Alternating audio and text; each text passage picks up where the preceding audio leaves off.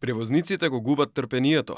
Во пресрет на стартот на новиот систем за влез-излез во земјите од Европската Унија стравуваат од можноста да останат извисени и да не го добијат ветеното олеснување за престој во Шенген зоната. Превозниците од Македонија, Србија, Црна Гора и Босна и Херцеговина бараат да се промени начинот на пресметување на времето поминато во Шенген.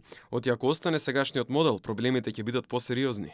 Ние како превозници не потпишуваме никакви спогодби, меѓутоа нашите државни органи потпишуваат и затоа од оваа страна како превозници даваме поддршка во секој случај да се види дека сме сложни и дека имаме еден заеднички проблем кој сакаме да го решиме и да го надминеме. Ако Европската Унија не се држи до ветеното, транспортерите стравуваат дека ќе се соочат со високи парични казни и можности за депортација.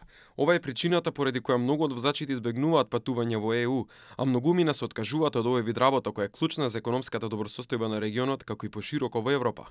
Поучени искуством за ових више од 6 месеци од прошли протеста, ми нисмо видели добру волју, нисмо видели и осетили никакве помаке, тако да, нажалост, боим се да ќе ипак доći до тога што не желимо. Реакциите на транспортерите се во период кога македонската влада работи сериозно на надминување на проблемот. Веќе има конкретни резултати. Вице-премиерот Александар Николовски Пријодов беше интензивно насочен кон решавање на предизвикот на бројните контакти со европските колеги. Веќе се договорени олеснувања од страна на Хрватска, Романија, Австрија и Швајцарија.